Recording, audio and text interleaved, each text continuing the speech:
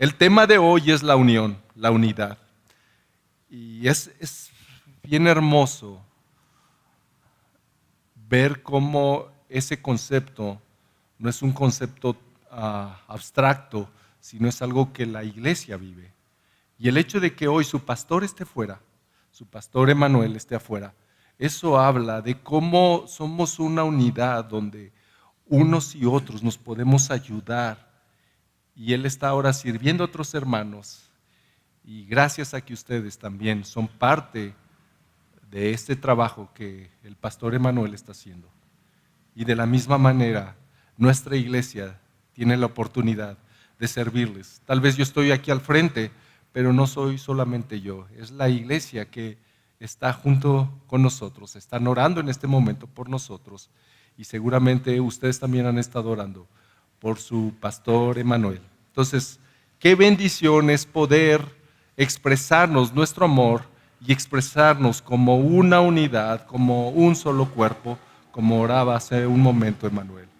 Así que todas las personas apreciamos la unidad, la armonía, lo apreciamos desde una pieza musical, un equipo de fútbol, si es que te gusta el fútbol, una organización. De hecho, cuando van a pedir las personas trabajo, ¿qué les dicen? Dice, hay un buen ambiente de trabajo, ¿verdad? Esperando que en ese ambiente de trabajo haya unidad entre las personas. Y de hecho, así como las organizaciones buscan la unidad, es algo que todos anhelamos, las organizaciones invierten muchos recursos para hacerlo. El día de hoy meditaremos lo que significa cuando su pueblo, su iglesia, viven unidos, juntos en armonía y las implicaciones de ello. Vamos a ser animados por medio de su palabra a seguir procurando la unidad y el amor por la iglesia por medio de la verdad y el amor que emanan del mismo evangelio. Y quiero iniciar con una ilustración. Tal vez algunos de ustedes han escuchado el temblor del 85. Yo soy de la Ciudad de México. Gracias a Dios ya me arrepentí y ya el Señor me perdonó de ser de allá. Pero en el 85, algunos de ustedes recuerdan, fue un día terrible, el 19 de septiembre. A las 7 de la mañana, poco después de las 7 de la mañana, ocurre una tragedia en la Ciudad de México y prácticamente todo el centro de la ciudad quedó devastado, como si hubiera habido una guerra y un sinnúmero de bombas hubieran caído sobre esa ciudad. Lo maravilloso de esto fue que toda la nación se volcó sobre estas personas, estos ciudadanos, para ayudarlos. En ese momento hubo personas que dejaron sus trabajos para ir a ayudar, a mover escombros, ya que entre los escombros había personas atrapadas y no se podían meter máquinas para poder mover esos pedazos de piedra que estaban ahí. Necesitaban gente ir moviendo piedra por piedra. Y cuando alguien era rescatado, la gente se alegraba por haber contribuido a esa tarea. Es más, la comunidad internacional elogió en aquel momento a México por la unidad que mostraba cuando vino ese acontecimiento. Pero tristemente, hoy solamente es un episodio de la historia de la Ciudad de México y de nuestro país. Hoy tenemos situaciones con cárteles, con cosas similares, donde las personas han dejado de pensar en el otro. Años pasaron y esa unidad se ha perdido. Esos tiempos gloriosos donde la gente estaba dispuesta a dar su vida por el otro han pasado. Pero hay una unidad más hermosa, permanente, y que esta solo puede ser por medio de Cristo. Esa unidad fundamenta está fundamentada en su evangelio y en el empoderamiento del Espíritu Santo. El rey David escribió el Salmo 133 para elogiar la unidad del pueblo de Dios y darnos algunos secretos más dulces y hermosos cuando un pueblo está unido. Además, nos mueve a la esperanza de una unidad más real, perfecta y continua. El Salmo 133, entonces, es una celebración de la unidad del pueblo de Dios. Y así que te voy a pedir, abre tu Biblia en el Salmo 133.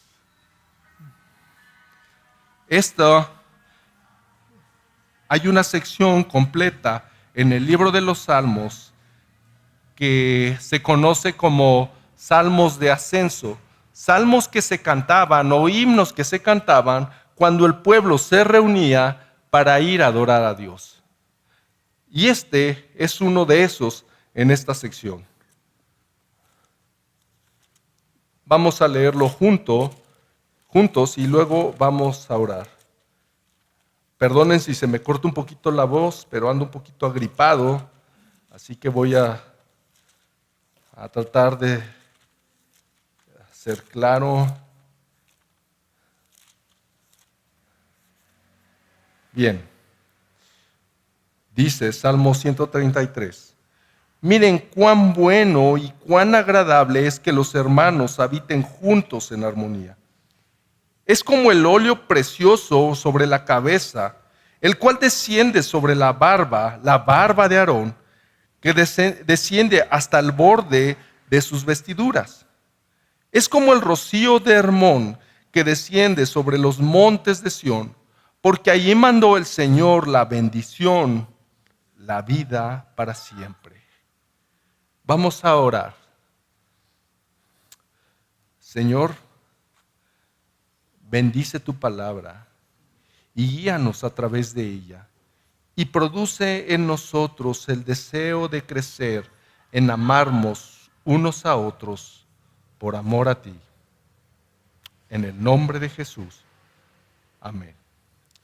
El título de esta enseñanza es Unidos en Cristo. Y lo voy a ver desde 3 porciones. La primera es la belleza de la unidad de su pueblo, que va a estar en el versículo 1. Y luego vamos a ver en qué consiste esa belleza. Y va a ser parte del verso 2 hasta la primera parte del verso 3.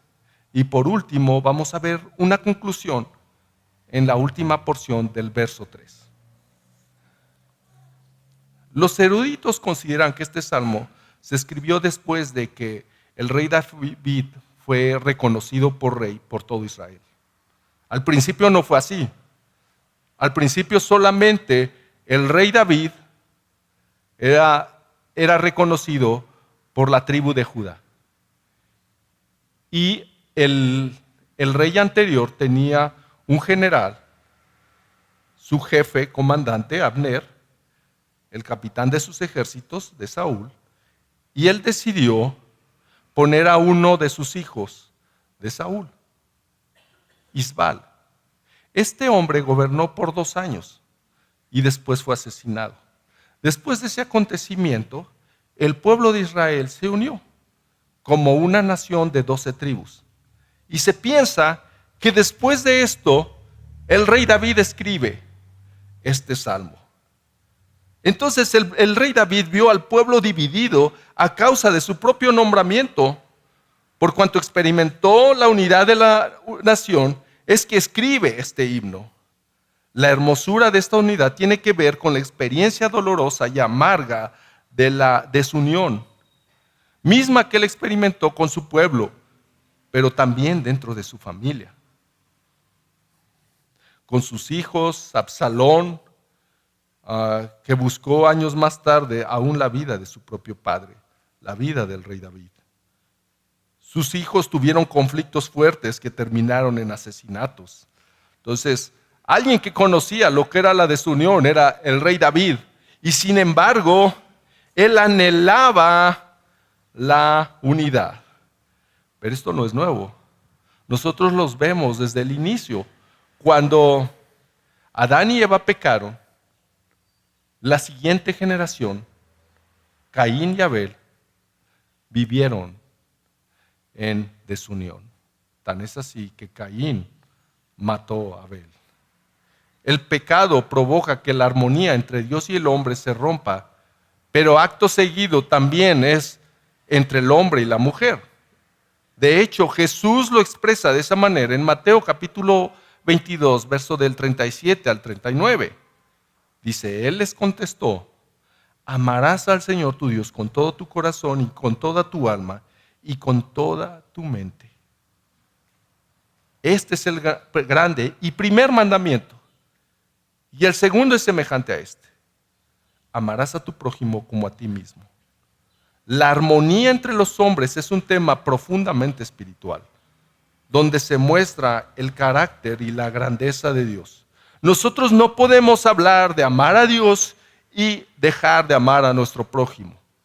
Nosotros no podemos hablar de unidad con Dios si no también expresamos unidad con nuestro prójimo. Y empezaré entonces con mi primer punto, la belleza de la unidad de su pueblo. David inicia con un llamado a miren lo bueno y agradable que es esto. Observen. Y el Salmo dice, miren cuán bueno y cuán agradable es que los hermanos habiten juntos en armonía. Pensemos un poco como un padre amoroso que ama cuando sus hijos están juntos, se deleita viendo a los hermanos, a sus hijos que conviven en armonía, que cuidan uno del otro, que están llamados a procurar el bien del otro. Pero qué triste es para un padre ver a sus hijos pelearse. Eso entristece el corazón de cualquier padre amoroso que está amando a sus hijos. David invita a admirar la hermosura de los hermanos juntos en armonía, como dice la traducción de Nueva Biblia de las Américas. De hecho, en el original es una sola palabra y se puede traducir como unidos o como uno. Y se está refiriendo a que no hay manera de no verlos, sino más bien como una sola unidad.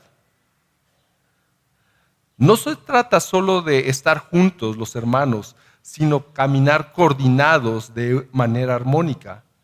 No es uniformidad, no es que todos los hermanos tenemos que ser iguales, todos los hermanos tenemos que tener las mismas habilidades, todos los hermanos tenemos que tener las mismas características. La heterogeneidad o la diferencia del pueblo amplifica la belleza de esa unidad. ¿Sabes? Es hermoso verlos a ustedes de todas las edades, chicos y grandes, hombres, mujeres. Y eso hace la belleza de la unidad. De hecho, cuando tú vas, por ejemplo, al libro de Apocalipsis y Juan nos muestra una visión de cómo será el futuro del pueblo de Dios, dice que ahí estarán gente de toda lengua y de toda nación. Entonces podemos ver que no se trata de ser todos iguales, sino se trata en esa heterogeneidad, en esas diferencias, convivir juntos. Ahora la pregunta es, ¿por qué es tan importante la unión? Porque esta refleja el carácter de Dios. Y mira, quiero que me acompañes rápidamente a Juan capítulo 17, verso del 20 al 21. Ahí hay una verdad y un secreto fundamental cuando hablamos de unidad. Jesús está orando poco antes de ser entregado. Esto se conoce como la oración sacerdotal. Esta porción que voy a citar es una oración que hizo Jesús poco antes de salir y posteriormente ser entregado. Pero él ora algo por sus discípulos.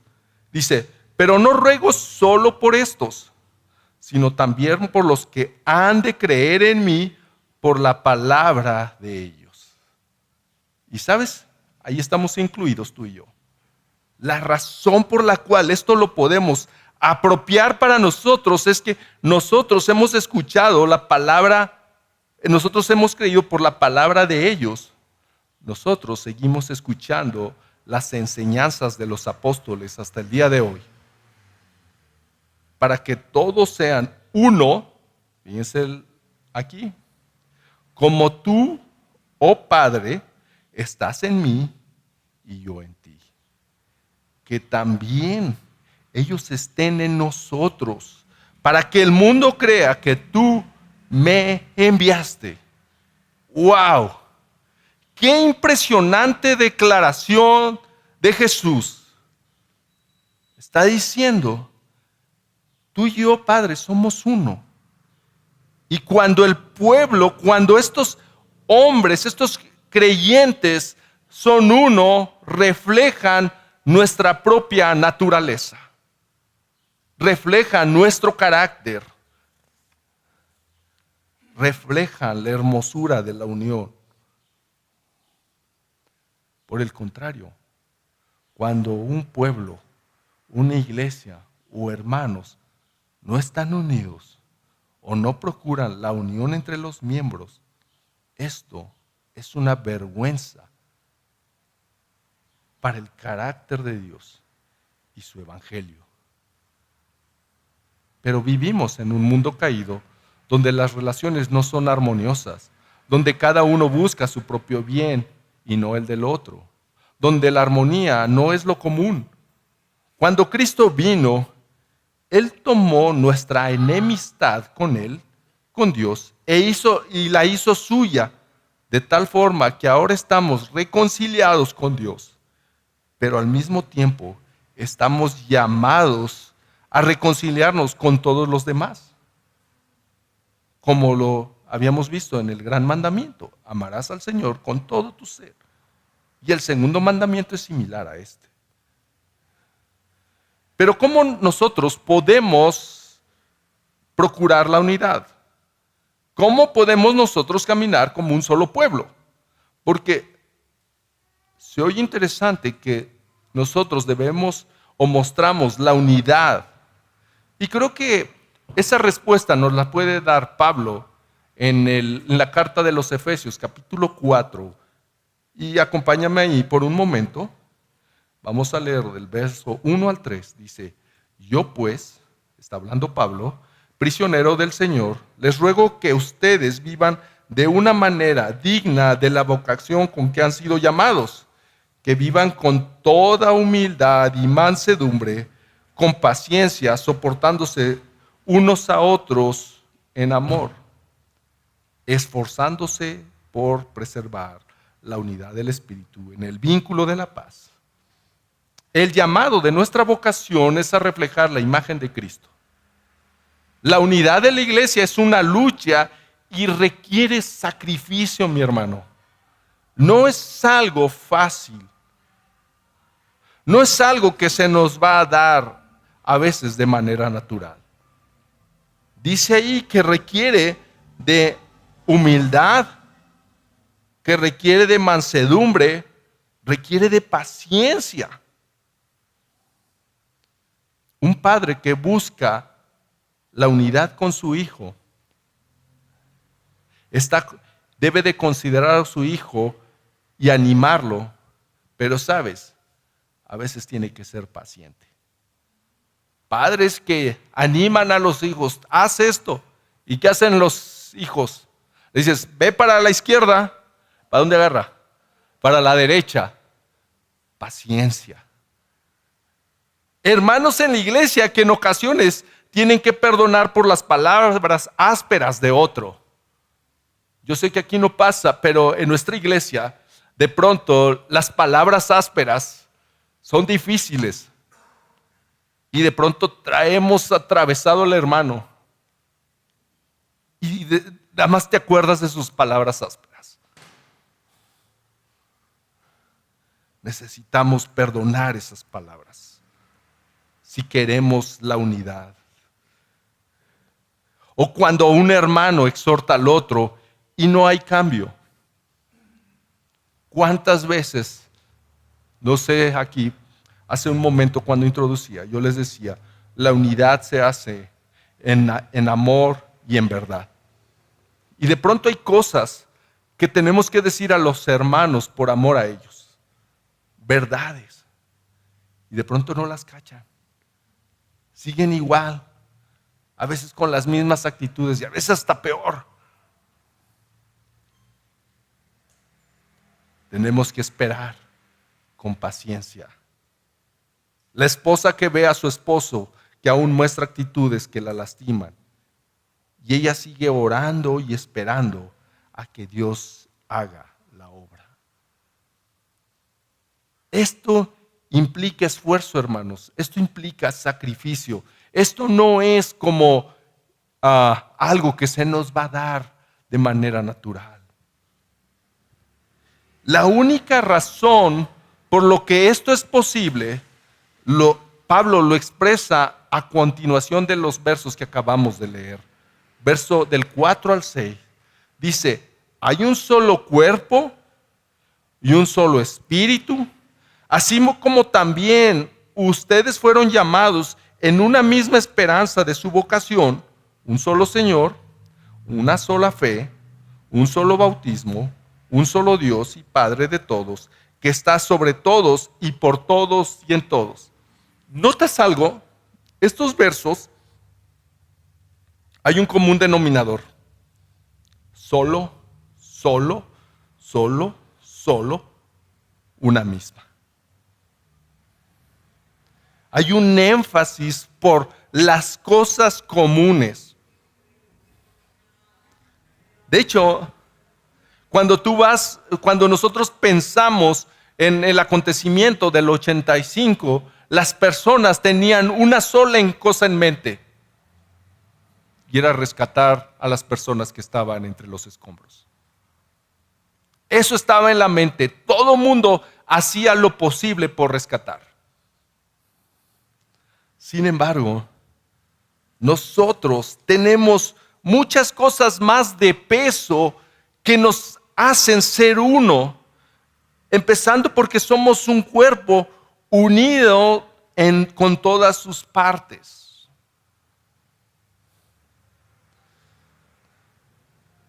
¿Te has puesto a pensar cómo es tu cuerpo? No hay manera de separarlo. El día que tú separas algo, duele. Un espíritu, el mismo espíritu que mora en todos nosotros. Tenemos el mismo espíritu de aquellos que hemos creído en Jesucristo, está en nosotros. Por tanto, tenemos la misma esperanza. Es decir, todos estamos poniendo nuestra visión futura en el mismo lugar. Y ese es Jesús. Ahora, si tú no estás poniendo tus ojos en eso, entonces tal vez tú estás caminando para otro lado, donde el pueblo de Dios no está caminando. Un Señor es estar dispuestos a vivir bajo el gobierno de Dios y someternos a Él. Una fe, una sola confianza en Jesús. Un solo Dios, el que actúa en nosotros, por nosotros y para nosotros.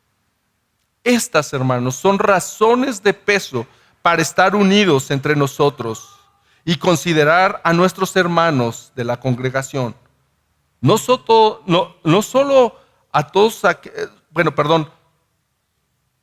solamente a los de nuestra congregación, sino aún los que están fuera de nuestra congregación. Algunos muy inteligentes, algunos como yo que nos cuesta subirle el agua al tinaco, que de pronto no entendemos las cosas, nos lleva tiempo entenderlas. A unos pobres y a otros ricos, a unos grandes, otros jóvenes, otros con mucho pelo y otros sin mucho pelo, unos americanistas y otros del Cruz Azul. O sea, al final, hermanos, estamos llamados a convivir todos bajo nuestras diferentes, sobre nuestras diferentes formas. Y eso me recuerda, estoy aquí solamente porque ustedes están dispuestos a amar a otros hermanos. Emanuel hoy está afuera y está sirviendo a otros hermanos, y ustedes por medio de él están amando a otros hermanos. Y eso me lleva a mi segundo punto. ¿En qué consiste esa belleza? Hemos hablado de la importancia de esa belleza, pero ahora, ¿en qué consiste esta belleza? Porque es la belleza que David nos invita a admirar y gozarnos, deleitarnos en ella. Así que va a usar dos imágenes. Una es la de el sacerdote Aarón, trayendo a la memoria el ungimiento del sumo sacerdote que ministraría delante de Dios. Dice el verso 2, es como el óleo precioso sobre la cabeza, el cual desciende sobre la barba de Aarón, que desciende hasta el borde de sus vestiduras. Es la escena del ungimiento de Aarón, que corre ese aceite por su cabeza y va escurriendo hasta sus vestiduras, unas vestiduras especiales. Éxodo 30, del 30 al 33, nos habla un poco acerca de esto. Y mira, quiero que lo busques y lo tengas ahí presente. Y ungirás a Aarón y a sus hijos y los consagrarás para que me sirvan como sacerdotes. Y hablarás a los israelitas diciendo: este será aceite de santa unción para mí por todas las generaciones. No se derramará sobre nadie, ni harán otro igual en las mismas proporciones. Santo es, y santo será para ustedes. Cualquiera que haga otro semejante, o el que ponga de él sobre un laico, será cortado de entre su pueblo. ¿Y sabes qué significa eso? Cortado entre su pueblo. Tendrá que morir. ¡Wow! ¡Qué tremenda cosa! Entonces, lo que está apuntando este pasaje, nos está apuntando a la realidad de la santidad de Dios. O sea, está diciendo, no cualquiera puede venir delante de mí. Una de las cosas que más se describen en la Biblia de Dios es su santidad. De hecho, se usa un recurso literario en la Biblia para expresar eso como santo, santo, santo, o 3 veces santo, para dar un énfasis acerca de esto que el Señor es. Y utiliza, y vemos este texto para decir, este hombre, Aarón, es ungido con un aceite que solamente va a ser usado para este propósito. Y entonces, ¿qué tiene que ver la consagración de Aarón en la manera como el pueblo muestra su unidad? En el Antiguo Testamento, una de las funciones del pueblo de Dios era hacer visible a Dios. Era mostrar a las naciones la santidad de Dios. Y cuando nosotros vemos esta imagen, pienso, el rey David está diciendo, miren, cuando ustedes están unidos, se parecen a Aarón, que está siendo ungido con este aceite que solamente él puede usar. La consagración no es algo que todo mundo puede hacer. La consagración es algo que solamente está destinado para ciertas personas, específicamente. Y sabes, no fue Aarón el que levantó su mano y dijo, yo voy a ser el sumo sacerdote. Fue Dios instruyendo a Moisés que le dijo, él será mi sumo sacerdote. Una de las cosas que nos enseña este pasaje es que así como Aarón fue ungido y es santificado el pueblo de Dios muestra su unción, muestra su santidad, cuando el pueblo camina unido en armonía. Pero no solamente nos habla de esa santificación, sino nos habla también de cuando eso, tú estás viendo esa imagen y dice que el aceite baja por todas sus vestiduras. Las vestiduras que usaba el sumo sacerdote, Aarón, eran muy específicas. De hecho, usaba un pectoral donde estaban registradas las 12 tribus de Israel. Y entonces cuando era ungido, eso simbólicamente significaba que por medio de esa unción, el sacerdote era, o mejor dicho, las tribus eran representadas por este sacerdote. Y la unción que recibía Aarón era también para las tribus. Eso nos lleva a pensar, esta unción no es como, bueno, se ungieron 2 tribus, 3 tribus. Esto implica que la unción es para todo el cuerpo, para todo el pueblo de Dios. La unción no solo es para algunos, sino hasta para el más pequeño. ¿Has pensado en tu cuerpo? ¿Cómo funciona? ¿Te has pegado en la uña del dedo chiquito del pie, ahí contra la orilla de la cama? Así que, híjoles, esas duelen, que parece que te duele todo el cuerpo, ¿sí o no? Eso se debe a que tu cuerpo está perfectamente unido con el resto, o mejor dicho, esa uña, ese dedo está perfectamente unido con el resto del cuerpo. La unión del pueblo de Dios produce eso.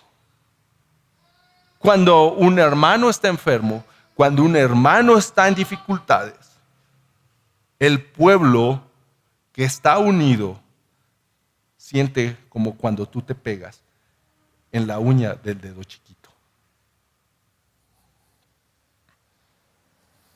Por tanto, la unión de su pueblo, juntos en armonía, demuestra la consagración del pueblo y este llamado a que otros se deleiten es un llamado a que miren a Dios por medio de su pueblo.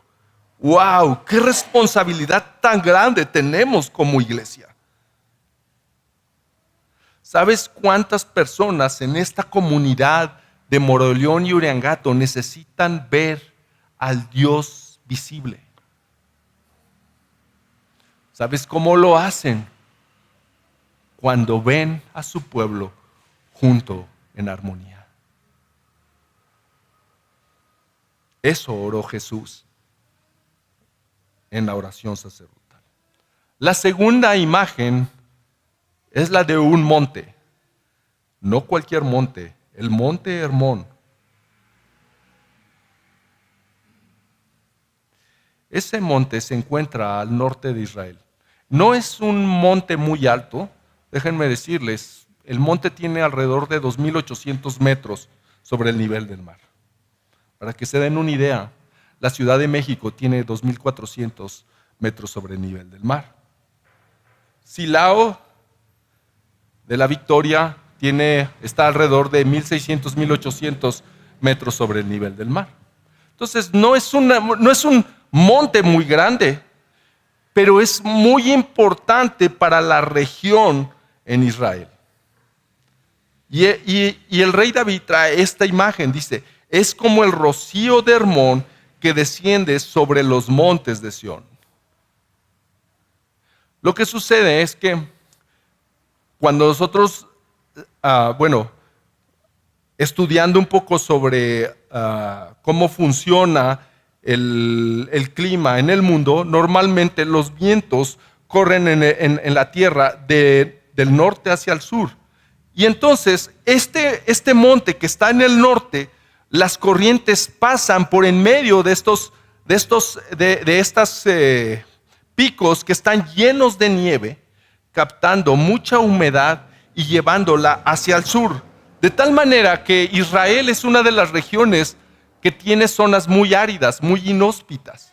Y es fundamental que este aire húmedo llegue aún a esas pequeñas partes.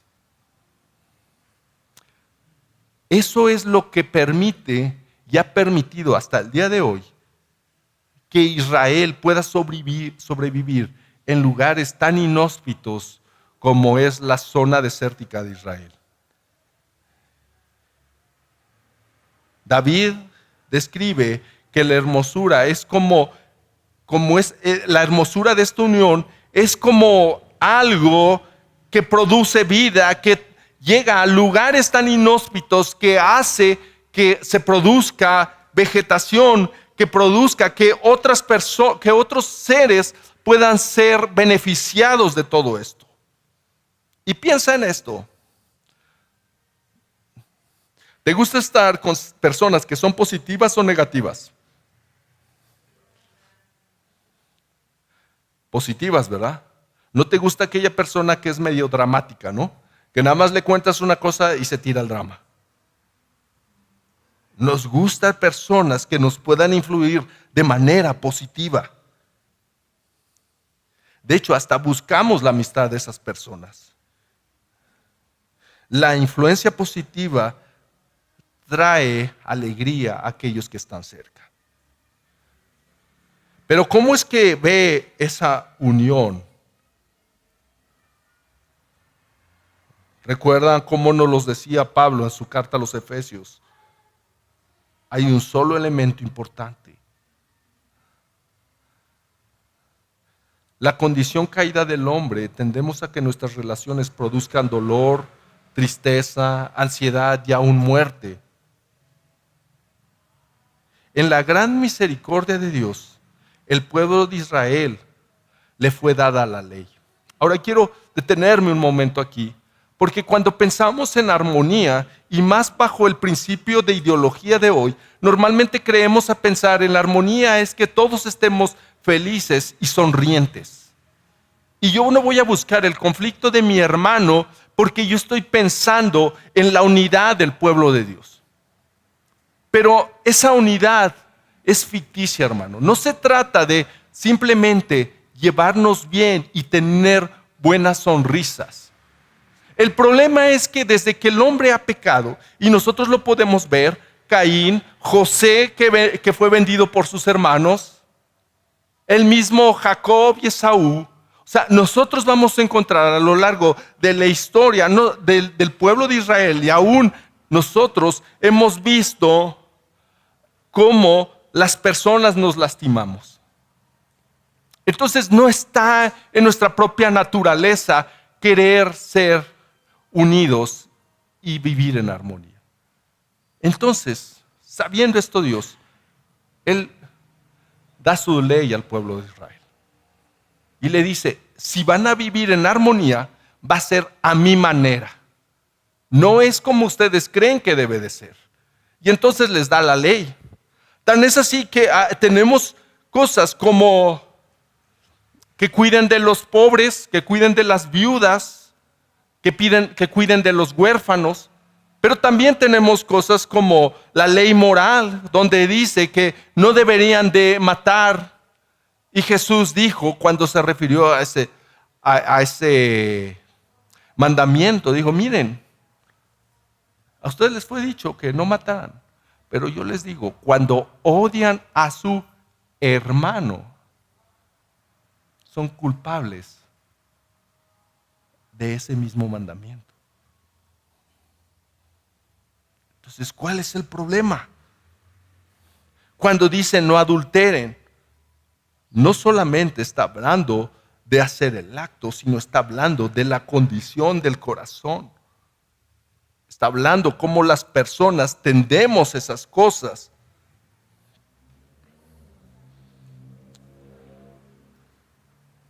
El problema es que esta armonía implica una rendición completa de nuestro propio ser. No puedes hacerlo simplemente como una buena intención.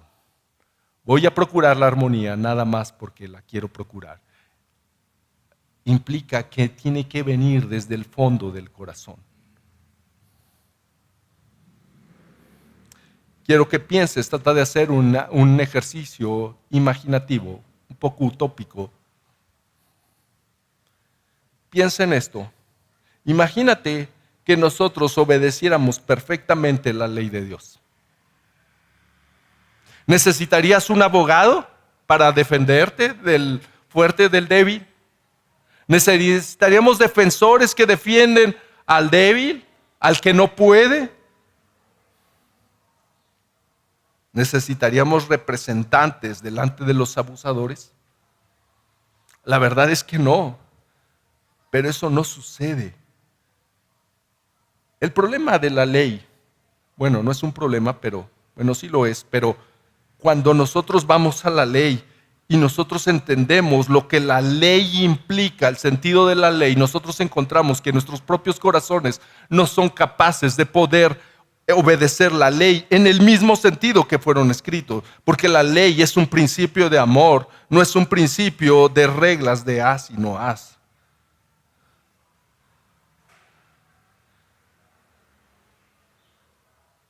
Las personas invariablemente se preguntan, ¿qué tiene que ver esto cuando hablamos de unidad?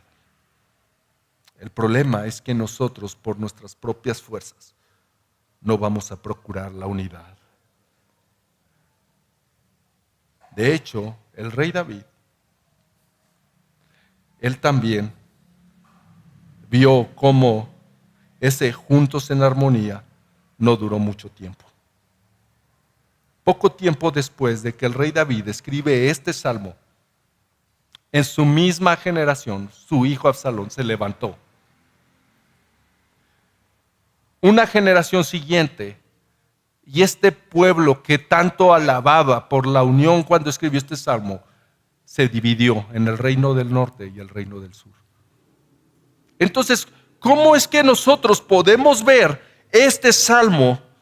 No lo podemos pensar, bueno, vio por un momento al pueblo de Israel unido y pensó, bueno, escribamos una canción romántica de cómo somos.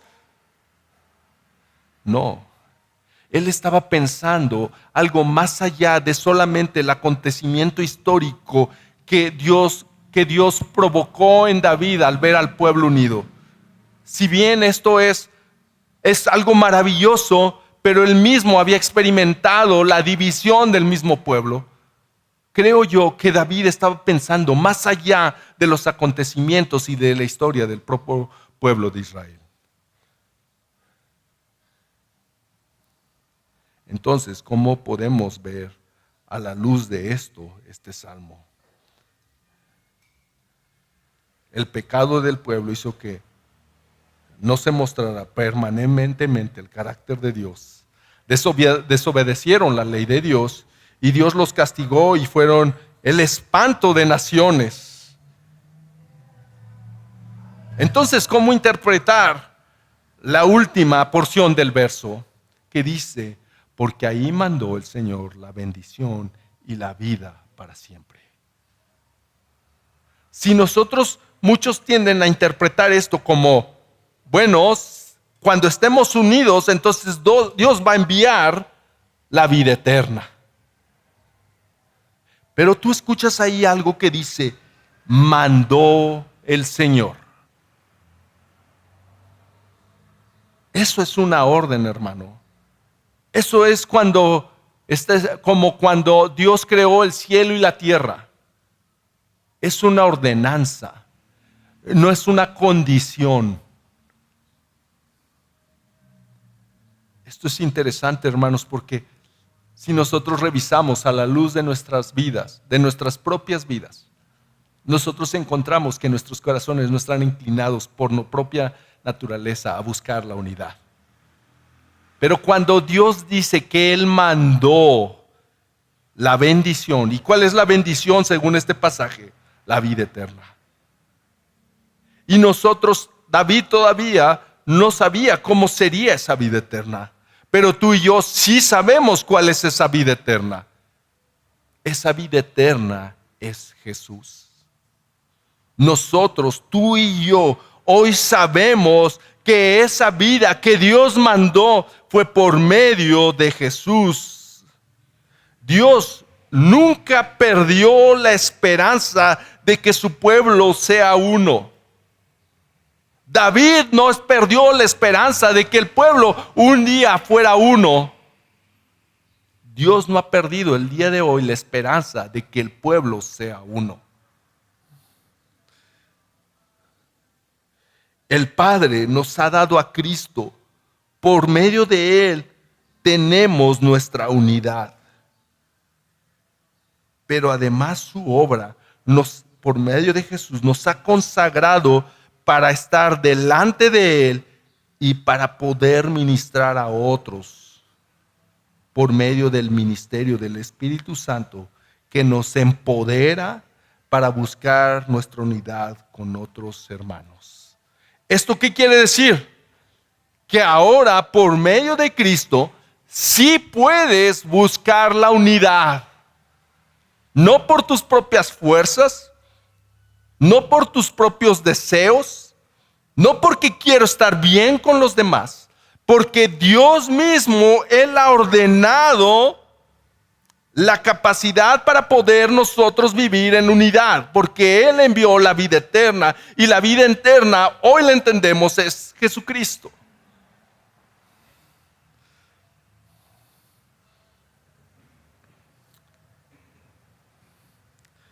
Hermano, cada vez que nos reunimos aquí, cada vez que tú y yo cantamos a nuestro Dios, cada vez que juntos, hace un momento el pastor Jorge pasó aquí, oró y todos estábamos atentos a lo que él decía. ¿Sabes por qué puede ocurrir eso? ¿Sabes por qué todos podemos cantar las mismas alabanzas? Porque Cristo nos hizo uno en Él. Nuestras mentes están capacitadas ahora para poder caminar juntos en medio de un mundo donde no busca la unidad. Hoy tenemos destellos de esa unidad. Los hemos experimentado. Los experimentamos cuando cantamos, los experimentamos cuando oramos. Lo vamos a experimentar con la cena del Señor. Tenemos destellos de lo que un día viviremos plenamente. Un pueblo unido permanentemente en armonía por un solo Dios, un solo Señor. Dice Apocalipsis acerca de esa visión futura. Está escribiendo el apóstol Juan en Apocalipsis capítulo 21, 22 al 27. No vi en ella templo alguno. Fíjate, este Salmo 133 fue escrito para ir al templo, para ir al santuario, porque su templo, dice, ya no vi en ella templo alguno, porque su templo es el Señor, el Dios Todopoderoso y el Cordero. La ciudad no tiene necesidad de sol ni de luna que la ilumine, porque la gloria de Dios la ilumina y el Cordero es su lumbrera. Las naciones andarán a su luz y los reyes de la tierra traerán a ella su gloria. Sus puertas nunca se cerrarán de día, pues allí no habrá noche. Y traerán a ella la gloria y el honor de las naciones. Jamás entrará en ella nada inmundo, ni el que practica abominación y mentira, sino solo aquellos cuyos nombres están escritos en el libro de la vida y del Cordero. Eso nos espera, hermanos. Una unión perfecta delante de nuestro Dios. Ya no habrá estas cosas que a veces pasan entre nosotros. Nuestras palabras ásperas habrán pasado.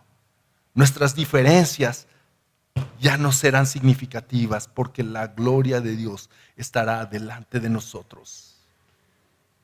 Ya no necesitaremos la fe ni la esperanza, porque la fe y la esperanza estarán completamente consumadas delante de Dios. Pero si tú hoy estás aquí y tal vez tú has vivido una vida de relaciones lastimosas, tú muchas veces no te sientes parte de tu familia, o cuando estás en tu trabajo eres al que menos consideran, o cuando forman los equipos de fútbol eres al último que escogen, y eso te ha lastimado. Yo te quiero decir una cosa, y si tú no has pensado en Jesús, como esta manera nos lleva a pensar el rey David, Dios está llamándote a que seas uno con Él. Pero la manera como tú puedes ser uno con Él, Él te está invitando a unirte a Él. Y para que seas uno, necesitas arrepentirte de tus pecados. Y necesitas confiar en ese Cristo que salva y que te hace uno con Él y te hace uno con su pueblo.